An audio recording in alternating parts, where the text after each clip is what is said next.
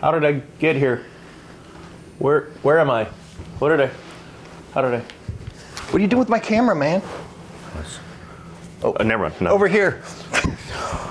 How's it going, everybody? My friend here has a YouTube channel. You might have heard of it. I have a YouTube channel. Yeah, it's called the... Keep getting caught in cameras. It's called the Economic Ninja, and he's here to talk about...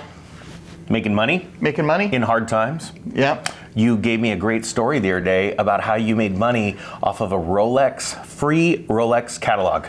Yep. I was in Aspen, Colorado, and I stopped by the Rolex dealership, and I was looking at Rolexes. I was wearing mine, and they were like, hey, you want a catalog? And I was like, man, this thing is super thick and nice. And I got it home, and I'm like, I don't need to look through a catalog, so I threw it on eBay and sold it for $30.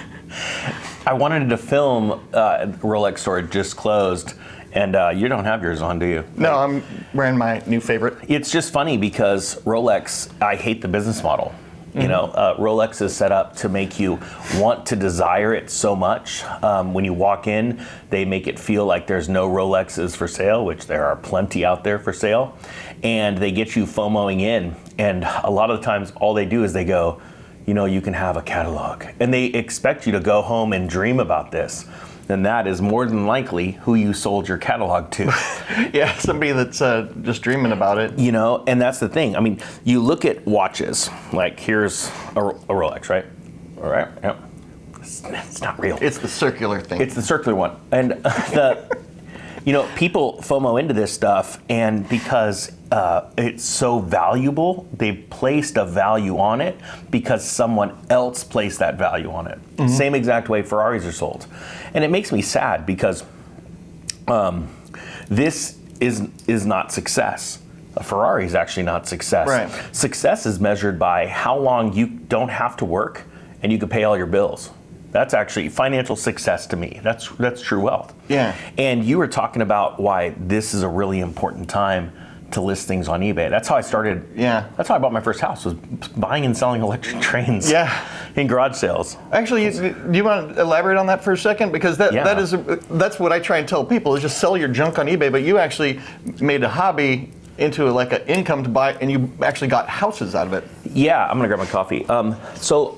Excuse me. Me too. Yeah, growing up as a kid, I used to go to these toy stores like FAO Schwartz in the city. My grandmother would bring me, or these places called, I think it was KB Toys, and they had these trains called LGB. They're built in Germany. They're big. They're usually about 8 inches tall. They're made for indoor-outdoor use. They're super expensive. I could never afford them. They were like $400 or $500 for one circle of track, one train, and a locomotive, and 2 cars. Could never afford it. And one day, after I'd just gotten married, I was going by a toy store, and there was a sale on these train sets for half price. So instead of $400, they were $200. And I was just like, oh my gosh, and that was a lot of money. And I don't want to get emotional because it was a lot of money. And my wife said, you know, you've always wanted one. We were planning on having children. Like, it would be a great train to have around the tree. You go buy it. And I did. And I couldn't bring myself to keep it. And so I put it up on eBay and sold it for $400. And I immediately went back down to the store and I bought 2 sets. And then sold those. And then I had 8 sets. And before you know it, within 6 months, I had an entire room of trains, because I went from buying them at stores that were on sale to looking them up in the classifieds. Mm-hmm. And I had $20,000 in my pocket, and we used that to buy our first house. And within the first year, we had our first rental. Within year 2, we had 10. And I topped out back then at like 14 properties, and it changed my life. I went from $200 to being a millionaire on paper because of the value of the real estate in a little less than 3.5 years. What year did you start doing the trains? 1998. Wow. Yeah. And to this day... That was a pretty challenging time economically also with the dot-com bust. It was. You were making money through that. Yeah, and I'd actually made some money in the dot-com rise, mm-hmm. and I had sold a lot of my stocks right before the dot-com crash. And when I was hearing Greenspan talk about irrational exuberance and mm-hmm. things like that, which actually is happening right now, mm-hmm. people don't realize we're topping on the stock market, and the goal of the central bank is to actually try and slow the stock market down, because it's given a it's a delusion, it's giving an illusion of prosperity. It's not, because companies are laying people off and AI is destroying jobs and inflation's still here. Well, so what I found, because I used to own a baseball card shop when I was in high school. Yeah. I actually had a storefront, and the collectible market goes through these big swings. And right now the collectible market is actually starting to fall off a cliff. And how you can see that is about a year and a half ago, you'd go onto Facebook Marketplace and it was just total junk. I mean, just crap. Now it's desirable things. People are selling their Rolexes. G-Wagons. Oh yeah, the car market. I mean, you guys know I bought that Porsche. The first Porsche I bought, the silver one, I bought it from a dealer that can't sell any of his vehicles because he has a fleet liquidation company selling, trucks from companies. Yeah. No companies are buying his trucks that he's getting from other companies, and so he had to sell me his runabout Porsche for dirt cheap. And so the market for collectibles is starting to fall off a cliff. But what's funny is even in '08, when I went back to flipping things, I flipped tractors from construction companies. I had a palm tree business, and I was making a good, $250,000 a year. A lot of it in cash, actually. Because what happens is people start to panic and they get too leveraged, and so they buy up all these really cool things, all the way up to Ferraris, but as little as Rolex magazines. And there's ways to make money, because for every person that doesn't have the money and they have to sell something that they used to value but now they don't value it as much, there's 3 or 4 people that have money to buy it. Yeah, there's always a buyer. Always. And so the patient people or wealthy people, they don't just rush out and buy things at retail price. They can wait. Yeah, totally. And so this is such an amazing opportunity for anyone that wants to level up, to not only level up, but go past, because what everyone's about to experience in the next year is a lot of panic in markets, because we are topping. And people don't realize, when you hear about the Federal Reserve's going to lower rates, they've never lowered rates when things are good. Yeah, they like to get interest. Yeah, Why would they lower rates if things are awesome? Taking your money. And it's funny. And what I mean by taking your money is when they have rates higher, what's happening is people think, oh, I'm getting an interest rate. Like, how many times in the last couple of years have you heard, I'm finally getting a rate of return in my savings account? And they don't realize what's happening is the banks are inducing you or coercing you with an interest rate to keep your money on loan with them, while they take that money and legally gamble with it. And people don't realize that's how interest rates work. So when the Fed starts to lower rates, banks are like, oh, this is panic mode. We don't want to lend into the market as rates go down, because we don't think that people are going to be able to pay those bills back, because people are losing their jobs. And that's what's happening right now. So this is, I think, in my opinion, the most amazing time to be a hustler. And really, because cash is still here, but cash is going to go away. And this is one of the last times, I think this is probably going to be the last cycle in modern human history where you're going to have actually fiat currency that you can actually buy and sell things without other people knowing. And that's scary, Yeah, they're pushing to total control. Yep, because they want total taxation. I mean, you've got to pay your fair share, Yep, and they're just keeping track to make sure you're doing the right thing. And the truth is, what they could do is, if you ever get out of line, they can attack you financially. They can shut off your means of buying and selling. And that is coming. Is it going to happen next year? Absolutely not. But hey, guess what? We're in a penny shortage right now, because the government has said no more pennies. This is the first time in U.S. history that you have seen this. And there's going to be more of these. It's going to be like a domino effect. The next will be the nickel, because the value, the metal in the nickel is worth more than 5 cents.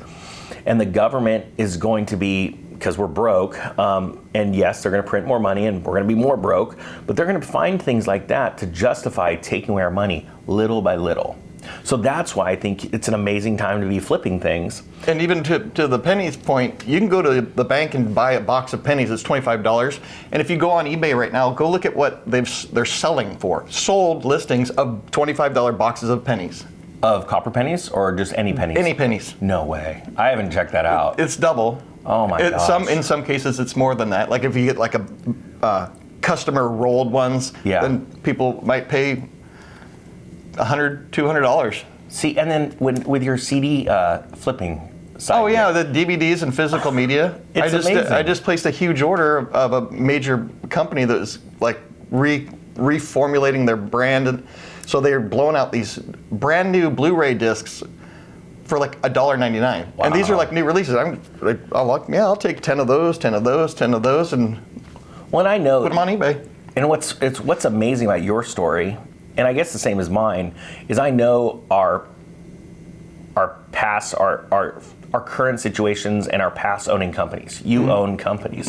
Here's like when they had you on Fox Business, and they're trying to tear you down or make you look like a gold bug that was afraid of you. You're like, whoa, hold on. I'm a successful entrepreneur. Like I own multiple companies. Like you don't know what you're dealing with. I'm not going under the radar. Yeah, and they just went, oh crap, And it's just funny because we're talking about flipping little things, and sure, the more successful you get, the more your time you want to manage it in a way where like you're making the most amount of money with the least amount of time, so you can have free time, right?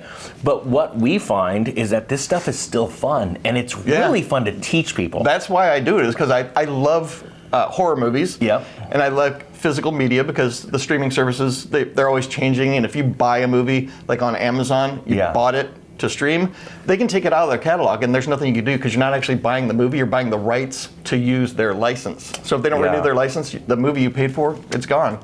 Yeah. So the physical media it's fun, and I like opening up the actual DVD case and reading the back and putting the disc in. It's just nostalgic, and I own the movie. They can't take that away. I didn't know that you could grade, or people were grading VHS tapes. So I saw somebody grade a Back to the Future tape that was like in mint condition, never been opened. And they've got the case for it and stuff. It's slabbed. I'm like, wow. And so there's a market for everything. Yeah, it's even Cocoon, the movie Cocoon. Yeah, that was a weird one. With Mr. Diabetes. That's a super collectible movie. Yeah, I bet it is. I never thought it would be because it was so popular. Yeah. Those popular ones aren't. Yeah, but that's, like, especially now too, when you want to, so I talk about it in my course on how to make money on, starting a business. It's about learning how to flip little bits of money. Like just go out with the garage sale with $10 and you say, I want to turn this 10 into 20. Then you turn the 20 into 40. And then after that, you need to start multiplying by 3 times, not 2 or 4x and things like that. Well, when you get up to $10,000, like, okay, I can still flip 10 grand. I can go buy a tractor, I can go buy a car, I get, larger stuff. But then it gets harder and harder to start flipping that money. So that's why you naturally move into real estate. And real estate not only brings you more wealth, it brings you a lot of credibility in the investment world and amongst your peers, but also it brings you in cash flow, which is super important. It's a lot of work, but it's worth it. And you're saving money on your taxes too. Oh yeah, you got to expense so many things when you own real estate. Well, and look at this. You started a YouTube channel. It's now its own company. And people don't realize this. The little bit of money I make off this channel, I get to write off this trip. But even if you made zero, you were not monetized. If you set it up in the proper legal entity like an LLC and say, I'm going to start a cooking channel, or I'm going to start, this is what I think everyone should do. Everyone likes to travel. Why don't you start a travel vlog? And a lot of people are like, well, I don't want to be on camera. I don't know the way I look or talk. That's the way I am. I'm very uncomfortable on camera. But I would love to do a travel vlog. That's right. And then you get to write everything off. Yeah. And eventually you will hit success.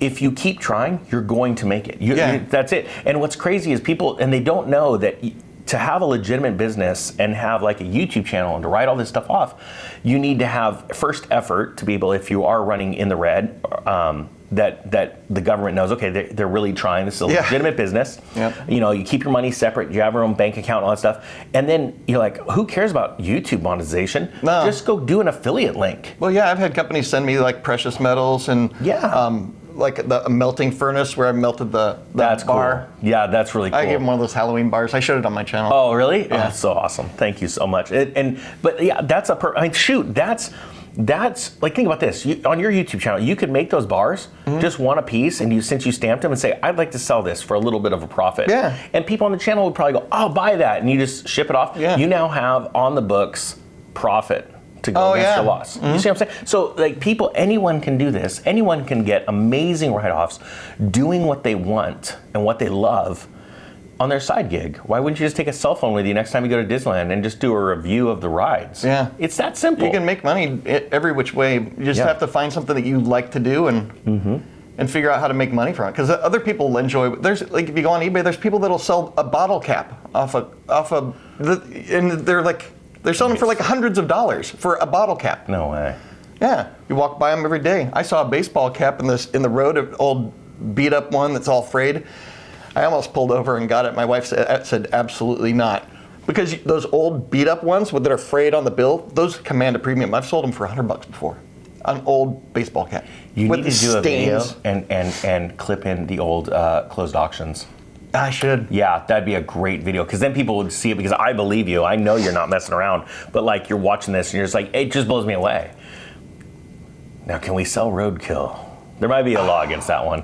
Yeah. That's just money. We could open a diner. You see a bunny on the side of the road? I don't see bunny, I see money. Roadkill Cafe. Like make soup. Awesome. Now you're making me hungry. I need to go. Yeah, we gotta get eat some breakfast soon. too. Yeah. Yeah, thanks for having me on. Like, Yeah, this thanks is for coming awesome. on. It's about dang time. Yeah. You're the one that coerced me into doing this channel. I did. I'm the reason, and I'm happy you did. And now you're living your best life because you're just traveling around writing things off, and like the skateboard thing. You're just like, yeah, I went to Vegas to ride skateboards, make some videos, and write it off. And that's why you're here. I mean, I called a bunch of buddies and just said, hey, you want to come to New Orleans for a day? And yeah, who else here? Like Ox Talks. Oh, there's a bunch of Joe. YouTubers. Joe. What's Joe's channel? Which Joe? Oh, the other guy, the woman, No, they're not the here. guy, We don't the need to ladies' tell. man from yesterday. Our favorite guy. We'll just let that one go. Okay. Oh, he's Never mind. I just love people. He's just talking to everybody. You're like, dude, you got to stop. That dude, He was there was awesome. girls flocking around him. Oh, he was crushing it. He had a blast. We were having fun. Yeah. So a bunch of YouTubers meet up here, and this is probably the only interview that'll happen this week because Probably they don't get it. We're too busy. We're too busy talking eating and business. drinking and wandering around. Yeah, and talking shop. So yeah, thanks for having Awesome. me. Yeah, thank you, dude. No problem, man. All right, see you guys. See you later. You can do your finger snap thing. Snap, snap, snap. I can't do it. Do it again. There you go.